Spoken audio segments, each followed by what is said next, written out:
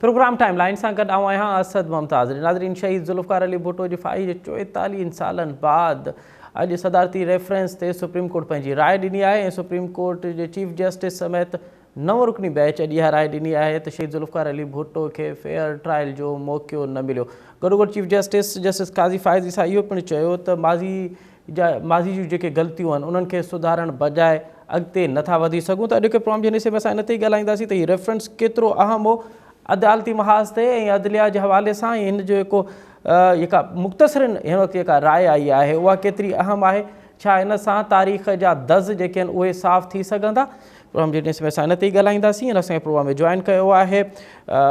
मुल्क जो मुमताज़ कानूनदान ऐं जुडिशल काउंसिल ऑफ पाकिस्तान जो मेंबर जनाब अख्तर हुसैन एडवोकेट साहब, ऐं हुन सां गॾु असांखे जॉइन कंदो पीपल्स पार्टी जो मरकज़ी अॻवान अॻूणो सूबाई वज़ीर जनाब इम्तियाज़ शेख साहब, ऐं असांखे जॉइन कंदो मुल्क जो मुमताज़ तजनिगार एंड कॉलमिस्ट जनाब सलमान आबिद साहब। अख्तर साहब, आपसे प्रोग्राम का आगाज़ करते हैं। सबसे पहले कैसे देख रहे हैं आप ये अपना 40-45 साल के बाद एक रेफरेंस दायर हुआ और उसके बाद आज सुप्रीम कोर्ट ने मुख्तसरन ये राय दी है कि फेयर ट्रायल नहीं मिला था, मौका नहीं मिला शहीद ज़ुल्फ़िकार अली भुट्टो को? सर देखिए कि ये तो बहुत लेट हो गई, क्योंकि ये तो इस बात को, लेकिन इस बात को ये साबित करता है कि जब से ज़ुल्फ़िकार अली भुट्टो साहब का ये फैसला हुआ था तो उस वक्त से हम कह रहे हैं कि जुडिशल मर्डर है। और ये ना सिर्फ पॉलिटिकल पार्टीज कह रही हैं बल्कि हमारे लॉयर्स भी और हर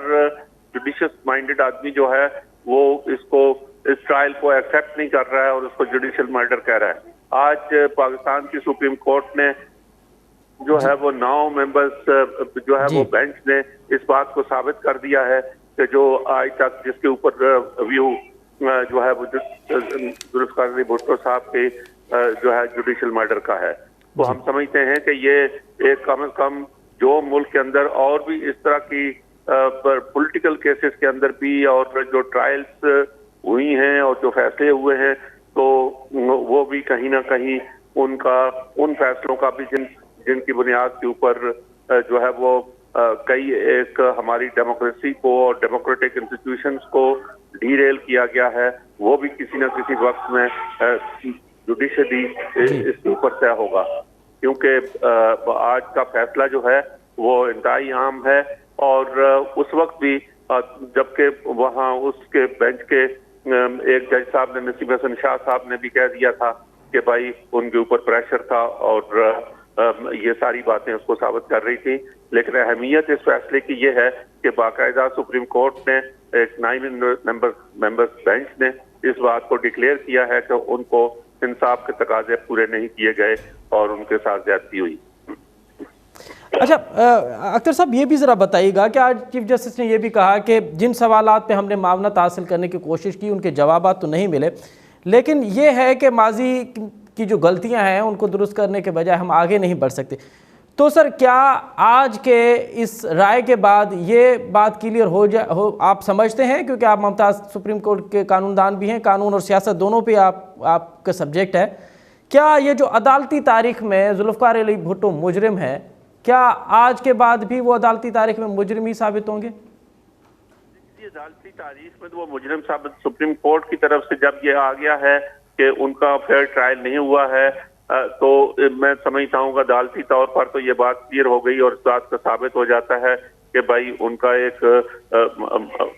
मर्डर हुआ है। जुडिशल मर्डर भी जो है अब उससे ज्यादा आगे बात चली गई है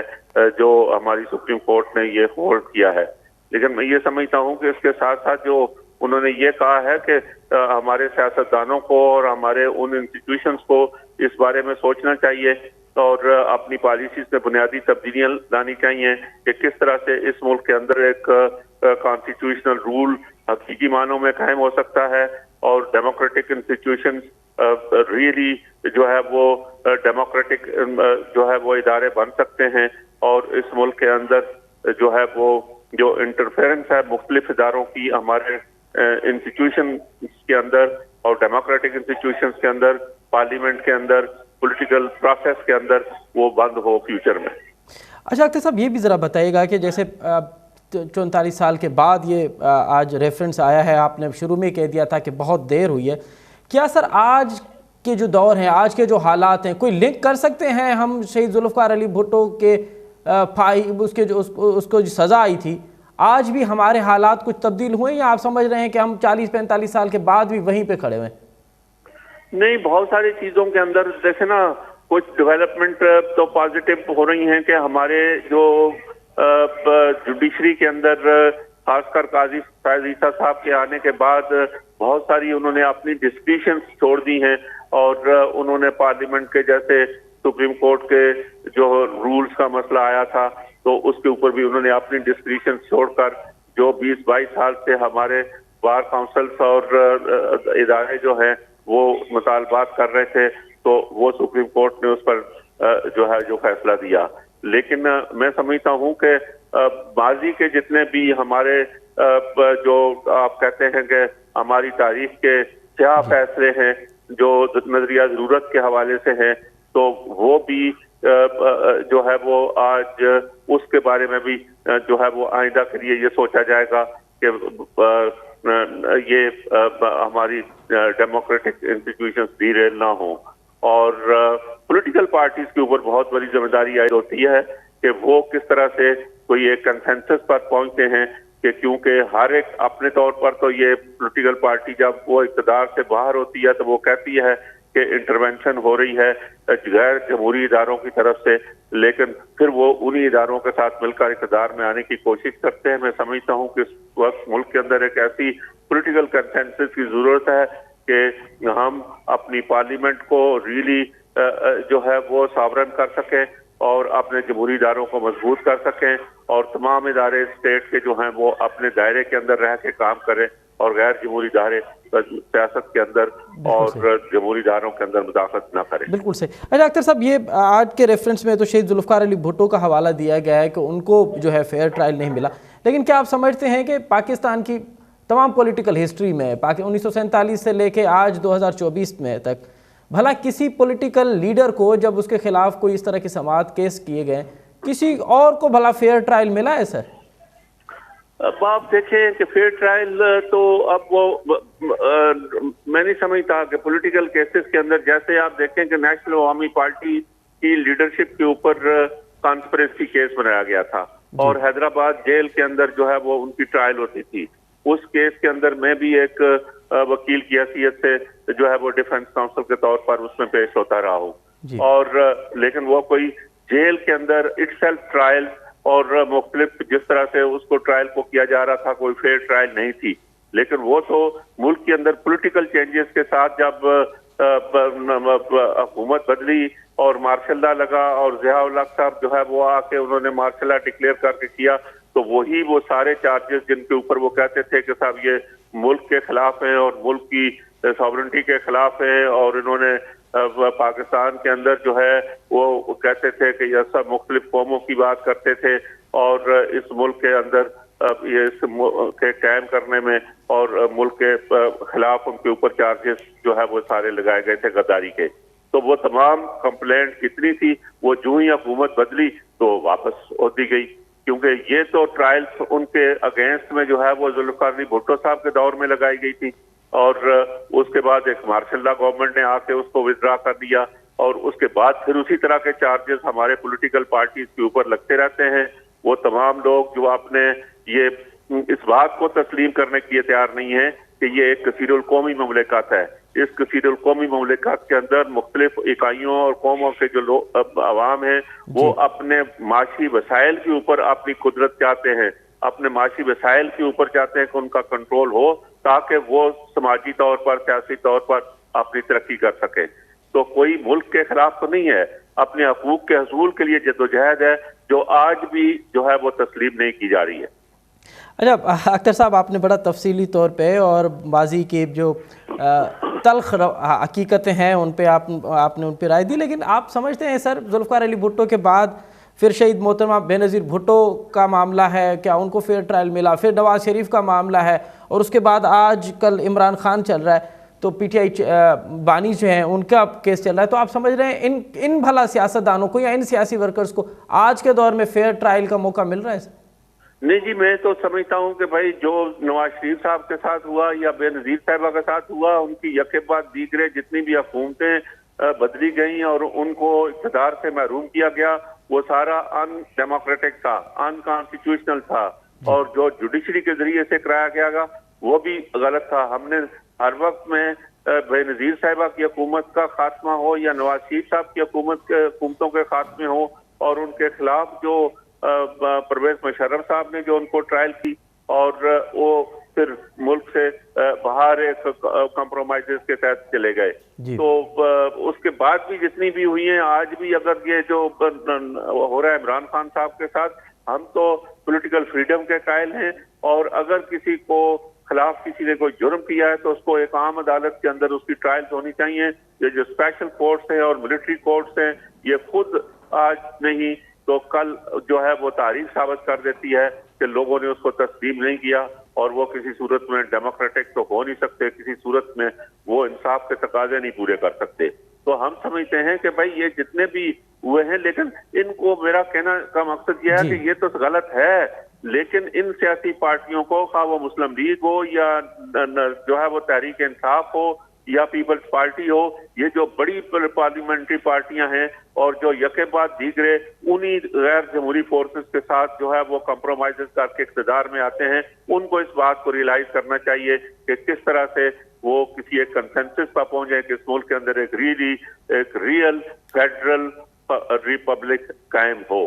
बहुत शुक्रिया अख्तर हुसैन एडवोकेट साहब, आपने बड़ा तफसीली तौर पे जुल्फ़िकार अली भुट्टो के रेफरेंस पे आज जो सुप्रीम कोर्ट ने अपनी राय दी है उस पर, और फिर माजी की तल्ख हकीकतों पे जिस पे अदलिया के ऊपर जो तल्ख एक दाग हैं, आपने उस पर भी अपना नुक्ता नज़र पेश किया। आपने ये भी कहा कि पाकिस्तान में कभी भी अदलिया की तारीख रही है कि कभी भी किसी को कोई फेयर ट्रायल नहीं मिला, ना आज मिल रहा है। जुल्फ़िकार अली भुट्टो के हवाले से आज सुप्रीम कोर्ट ने जो राय दी है वो बहुत अहम है, इसे तारीखी तौर पर जो गलतियां की गई थी उनको दुरुस्ती का मौका मिलेगा। सुप्रीम कोर्ट अॼु तारीखी राय ॾिनी आहे सदारती रेफरेंस ते जुल्फ़िकार अली भुट्टो जी फाही 44 साल बाद अॼु सुप्रीम कोर्ट इन ॻाल्हि खे मञी वरितो आहे त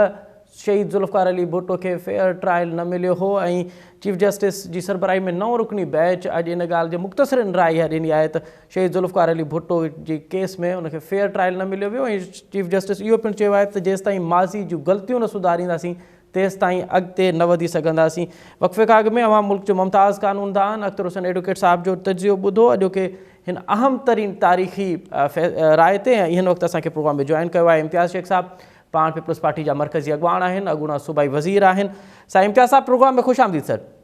हाँ जी, वॾी महिरबानी। अच्छा इम्तियाज़ साहब, कीअं पिया ॾिसो अॼोके ॾींहं खे 44 साल खां पोइ सुप्रीम कोर्ट इहा ॻाल्हि तस्लीम कई आहे त सुप्रीम कोर्ट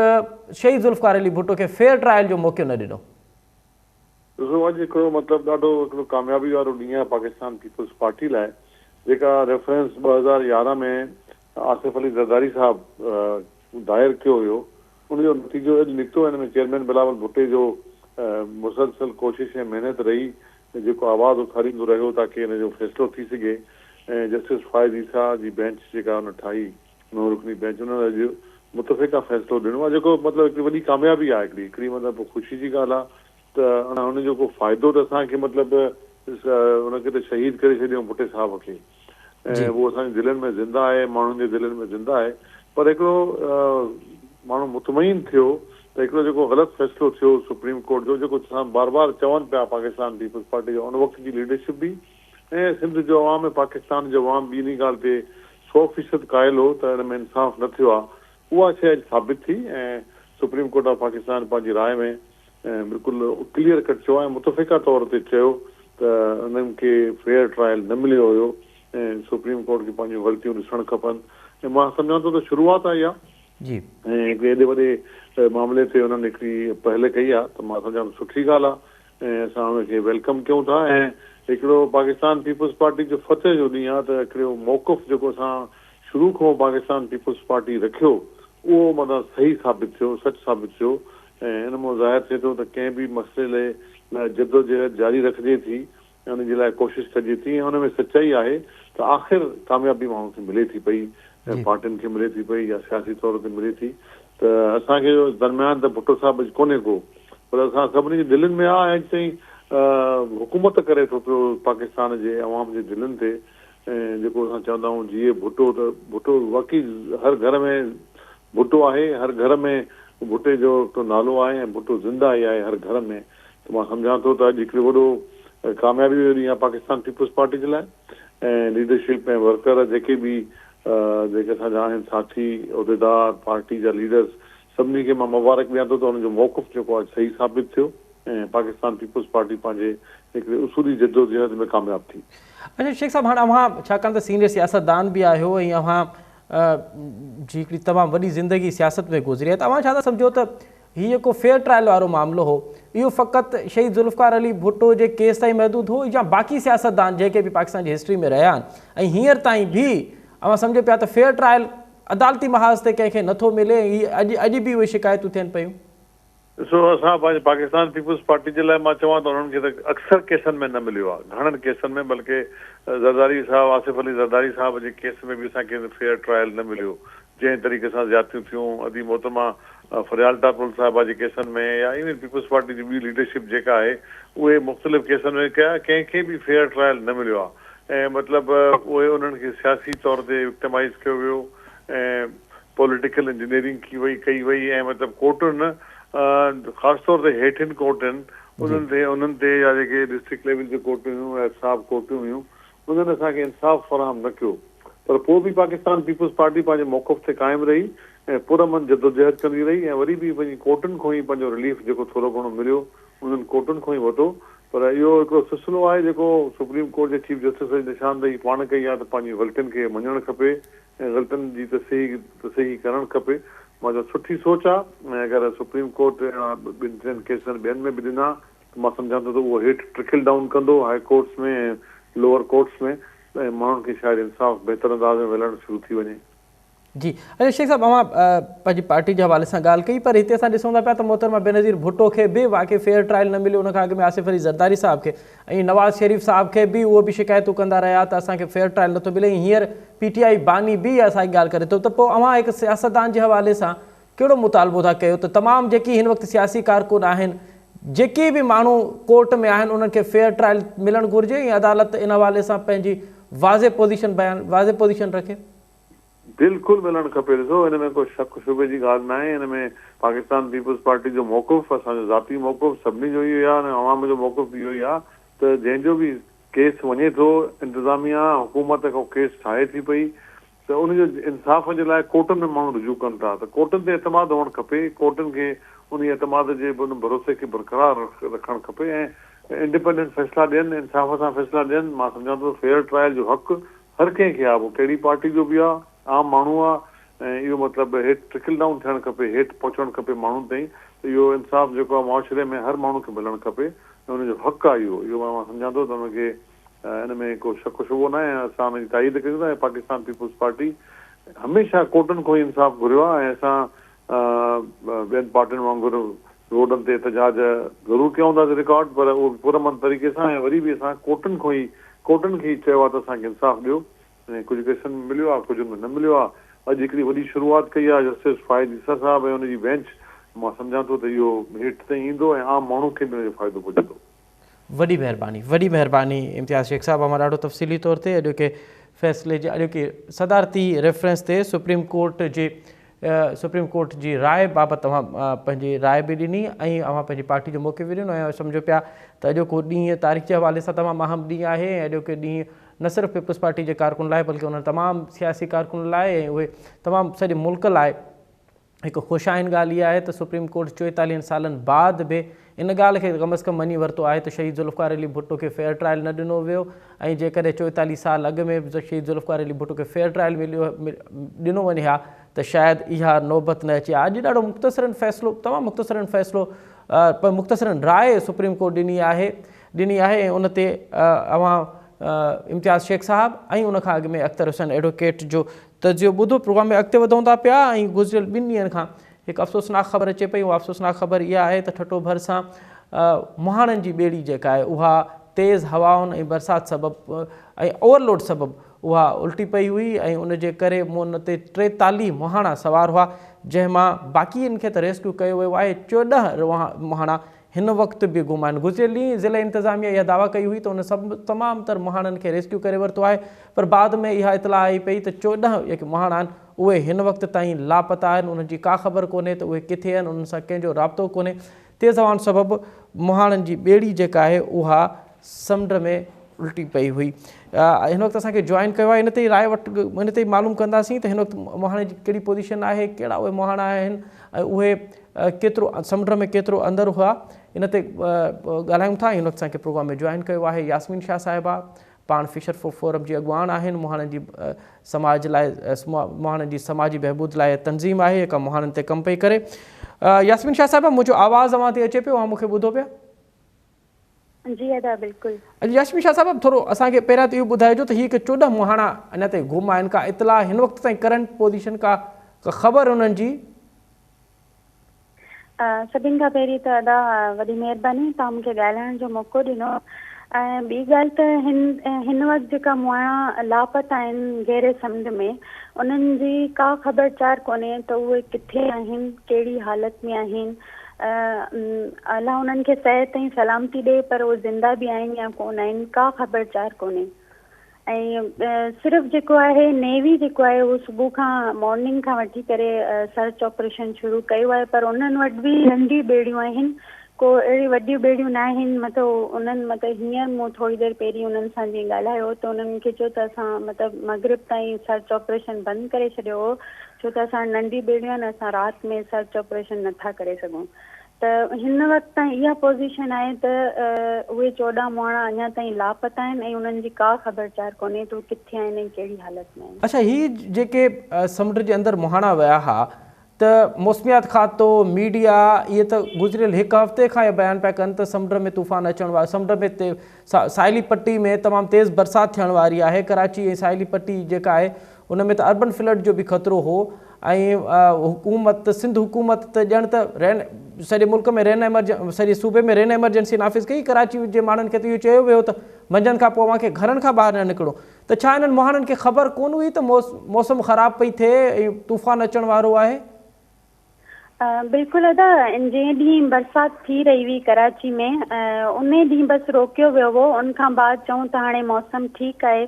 अहिड़ो को मसइलो कोन्हे। ऐं मोहाणा ऐं ॿियो वरी त इहे जेको नोटिस कढंदा आहिनि या कुझु बि अहिड़ी का शइ जारी कंदा आहिनि त उहा लोकल लैंग्वेज में त हूंदी कोन आहे ऐं उहो मोहाणनि खे सम्झ में ईंदी कोन आहे। ॿियो त उन्हनि ताईं रसाई हिननि जी हुकूमत जी आहे कोन, जेकी आहिनि ज़िम्मेदार माण्हू उहे हिननि ताईं माहीगिरनि ताईं उन्हनि जी का रसाई कोन्हे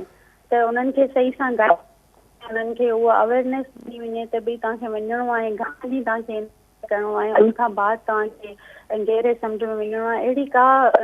इंफॉर्मेशन या इतला उन्हनि खे कोन हूंदी आहे। अच्छा यास्मीन शाह साहिबु, इहो ॿुधाइजो त इहे के 14 मोहाणा गुम आहिनि, इहे सभु इब्राहिम हैदरी जा आहिनि ऐं इन जे सभ जो सभिनी तालुक़ु इब्राहिम हैदरी सां? ऐं ॿियो त छा इहो जेको ॿेड़ी जेका कल्टी थी आहे, जिन खे रेस्क्यू कयो वियो आहे, उन्हनि जो छा चवणु आहे त छा इहा ॿेड़ी सिर्फ़ु तेज़ हवाउनि जे करे कल्टी थी आहे या इन में ओवरलोडेड बि हो? बिल्कुलु अदा, इहे जेका बि मोहाणा हुआ उहे सभु इब्राहिम हैदरी सां ई तालुक़ु रखनि था। उहा ॿेड़ी जेकी आहे उहा इब्राहिम हैदरी जी आहे। उनमें बाक़ी त सभु उहे लोकल माहीगिर हुआ ऐं कुझु जेका आहिनि उहे बंगाली भाइर हुआ जेका उन में शामिल हुआ। ऐं ॿी ॻाल्हि त हिकिड़ो त मतिलबु समुंड जी इलाही गहरो समुंड हो उहो ऐं उते काफ़ी तेज़ लहरूं ऐं हवाऊं। हिकिड़ी त इहा बि ॻाल्हि हुई। ॿियो त उन्हनि जेको फिशिंग कई आहे उहा ओवरलोड कई आहे इलाही, जंहिंजे करे उहो तख़्तो टुटो आहे ऐं कश्ती में जेको आहे उहो पाणी भरिजणु शुरू थियो आहे। त हाणे जेको पाणी कढजण जो जेको उनजो सिस्टम हूंदो आहे को उहो बि उन वक़्तु उन्हनि जो ख़राबु थी चुको, जंहिंजे करे कश्ती जेको आहे उहा पाणी में ॿुॾी वई ऐं कल्टी थी वई। तव्हां चओ पिया त हिकु त ॿेड़ी जेका आहे उहा ओवरलोड हुई ऐं ॿियो उन्हनि तमामु घणी फिशिंग कई हुई, तमामु घणियूं मच्छूं मारियूं हुयूं, उनजो वज़न बि तमामु घणो। बिल्कुलु, ऐं उन कश्ती में उहो ऑलरेडी 45 मतिलबु 45 मोहाणा उन कश्ती में मौजूदु हुआ ऐं उन खां अलावा उन्हनि फिशिंग कई ऐं उहा ज़्यादा फिशिंग कई, जंहिंजे करे इन्हनि खे इहो नुक़सानु थियो आहे। ऐं ॿियो त पहिरीं मौसम सही कोन हो, लहरूं काफ़ी तेज़ हुयूं, हाई टाइड लॻो पियो हो ऐं हवाऊं बि हुयूं, जंहिंजे करे इहो हादसो, इहो सान्यो पेश आयो आहे। अच्छा, हूअं उमूमन यास्मीन शाह साहिबा जॾहिं ही मुहाणा वञनि था पिया इन ई ॿेड़ी में जॾहिं हू फिशिंग करे वञनि था पिया त अंदाज़नि केतिरा मुहाणा हूंदा आहिनि हिकिड़ी ॿेड़ी में? इनखे कतरे जो मतिलबु होड़ो चवंदा आहिनि, इन कश्ती जेकी हूंदी आहे ॿेड़ी, इनमें मतिलबु इहे ई मतिलबु 25-30 माण्हू हूंदा आहिनि। पर ही माण्हू बि ज़्यादा हुआ ऐं ही वरी हुआ मतिलबु वापारी जीअं हूंदा आहिनि न, ईअं को आया हुआ कंहिं कम सां हेॾां, त पोइ उन दौरान हिननि को फिशिंग बि कई आहे जंहिंजे करे हिननि खे इहो नुक़सानु थियो आहे। अच्छा, ही केतिरनि ॾींहंनि खां इहे अंदरि समुंड में आहे? उन ॾींहुं हलिया विया हुआ या उन खां अॻु में बि इहे समुंड में मौजूदु हुया? न, इहे उन ॾींहुं मतिलबु सुबुह में, मतिलबु जीअं राति में इहो हादसो पेश आयो आहे, इहे सुबुह में पंहिंजे घरां 9 बजे निकिता आहिनि मोकिलाए करे त असां वञूं पिया गहरे समुंड में फिशिंग जे लाइ। ऐं पोइ राति में 3 बजे इहो हिननि सां हादसो पेश आयो आहे, जंहिंखे मतिलबु 24 कलाकनि खां मथे थी चुको आहे, जेका माहीगीर लापता आहिनि, जिन जो को अतो पतो न आहे। उमूमन जॾहिं इन तरह जा वाक़िया थियनि था पिया त पोइ उन्हनि खे रेस्क्यू कीअं कयो वेंदो आहे? का अलॻि सां का हिकिड़ो का टीम हूंदी आहे जेका उन्हनि खे रेस्क्यू कंदी आहे, या उन्हनि जो राब्तो हिते कीअं थींदो आहे? बिल्कुलु, हिकु त रेडार सिस्टम हूंदो आहे जंहिंजे करे उन्हनि खे मतिलबु इहो मौसम जी इतला वग़ैरह ॾिनी वेंदी आहे। ऐं पर जे इतफ़ाक़ सां को हादसो पेश अची वेंदो आहे त फौरी तौर या त जेका आसपास माहीगीर मौजूदु हूंदा आहिनि उहे उन्हनि खे रेस्क्यू कंदा आहिनि। पर मतिलबु इन्हनि मेन किरदारु जेको हिते अदा करणु खपे उहो मेरी टाइम सिक्योरिटी ऐं फिशरमैन कोऑपरेटिव सोसाइटी जी टीम अहिड़ी हुजणु खपे। आहे कोन, ऐं मतिलबु ठहियल बि हूंदी त बि इन्हनि माहीगीरनि ताईं उन्हनि जी रसाई नथी थिए। तव्हांखे इहो गॾु इहो हलां त माहीगीरनि खे हमेशह हिकु त पोयां वेंदो आहे, इन्हनि खे रियासत जो हिसो ताईं कोन सम्झो वेंदो आहे। जीअं हर कंहिंजा राइट्स हूंदा आहिनि, मज़दूरनि जा, हारियुनि जा, ॿियनि माण्हुनि जा, इन माहीगीरनि जा बि आहिनि। पर माहीगीरनि खे अॼु ताईं हुकूमत जेको आहे, पंहिंजी रियासत जेको आहे, उहो मज़दूर ताईं तस्लीम कोन कयो आहे। त तव्हां ॾिसी सघो था हिननि सां अक्सर अहिड़ा हादसा पेश ईंदा आहिनि, पर इन्हनि जी केर बि अॻुवाणी कोन कंदो आहे। बसि इहे फिशर फोक हमेशह पंहिंजो किरदारु अदा कयो आहे। हींअर बि मतिलबु हुकूमत जो मूं को बि माण्हू न ॾिठो हुते, कंहिं इंतिज़ामिया जो या छा, सिर्फ़ु हिकिड़ो त फिशर फोक जा एक्टिविस्ट उते मौजूदु हुआ, ॿियो त ईदी वारा हुआ ऐं नेवी वारनि उहो किरदारु अदा कयो पिए। पर छा त फिशरमैन कोऑपरेटिव सोसाइटी वारनि जी ग़लति बयानी जे करे जिन चयो त माहीगीर सभु सेफ आहिनि ऐं उन्हनि खे सेफ कयो वियो ऐं वापसि पंहिंजे घर मोटी रहिया आहिनि, त उन्हनि ऑपरेशन बंदि करे छॾियो। उन्हनि चयो जॾहिं माहीगीर सेफ आहिनि त पोइ ठीकु आहे, ऐं असां बि पोइ इत्मीनान सां वेही रहियासीं। पोइ वरी जॾहिं जेका माहीगीर उहो वापसि बची आया 45 मां 31 माहीगीर, उन्हनि ॿुधायो त पोयां अञा बि 14 माहीगीर जेका आहिनि उहे आहिनि। वॾी महिरबानी यास्मीन शाह साहिबा, अवां ॾाढो तफ़सीली तौर ते मुहाणनि जे मसइलनि ऐं हीअ जेको अफ़सोसनाक वाक़ियो थियो आहे उन ते अवां पंहिंजी राय ॾिनी। हिन वक़्त ताईं इहा इतला आहे त 43 मुहाणा इन होड़े में शरीक हुआ। राति जो 3 वॻे तेज़ हवाउनि सबबु इहो होड़ो जेको आहे उहो कल्टी थी पियो, जंहिंमें 14 जेके मुहाणा आहिनि उन्हनि जी हिन वक़्त ताईं का ख़बर कोन्हे। ज़िले इंतिज़ामिया गुज़िरियल ॾींहुं दावा कई हुई त तमामु मुहाणनि खे रेस्क्यू कयो वियो आहे, बल्कि अॼु जेका इतला आई ऐं जेको इंकशाफ़ थियो त 14 मुहाणा हिन वक़्त ताईं गुम आहिनि। अवां यास्मीन शाह साहिबा जेका फिशर फोक फोरम जी अॻुवान आहे ऐं मुहाणनि जे फलाही बहबूद इसमें तमामु शानदार कमु आहे, उन्हनि इन ॻाल्हि जो इंकशाफ़ कयो त जेके मुहाणा मोटी आया उन्हनि जो इहो चवणु हो त जेका ॿेड़ी कल्टी थी आहे उनजा 2 सबब, हिकु त मौसम ॾाढो ख़राबु हो, तेज़ हवाऊं हलनि पियूं, डीप सी में उहो हलिया विया हुआ ऐं उन करे डीप सी में उन राति तमामु घणियूं तेज़ हवा हुयूं। हिकु त इहो, ॿियो ओवरलोडिड हुई, होड़ो जेको ओवरलोडिड हो। आम हालतुनि में आम उन ते 20 खां 25 खां 30 मुहाणा हूंदा आहिनि, पर हिन भेरे उहे 43 मुहाणा हुआ। ऐं ॿियो उन्हनि जेका फिशिंग कई उहा पिणु त उनजो वज़न पिणु तमामु घणो, उहा उमूमन जेका फिशिंग कबी आहे उनखां उन्हनि तमामु घणी फिशिंग कई, त उनजो वज़न जेको होड़ो जेको वज़न हो उहो बर्दाश्त न करे सघियो, जंहिं लाइ पोइ इहो वाक़ियो पेश आयो आहे। हाणे उमेद था करियूं त हीअ जेके 14 मुहाणा हिन वक़्त ताईं लापता आहिनि, गुम आहिनि, उहे उन्हनि खे जल्द रेस्क्यू कयो वेंदो ऐं उहे पंहिंजे घरनि ॾांहुं सलामत मोटी ईंदा। इन दुआ सां अॼु के प्रोग्राम जो इख़्तिताम थो थिए। असद मुमताज़ रेड खे ॾींदा इजाज़त। सदाईं गॾु।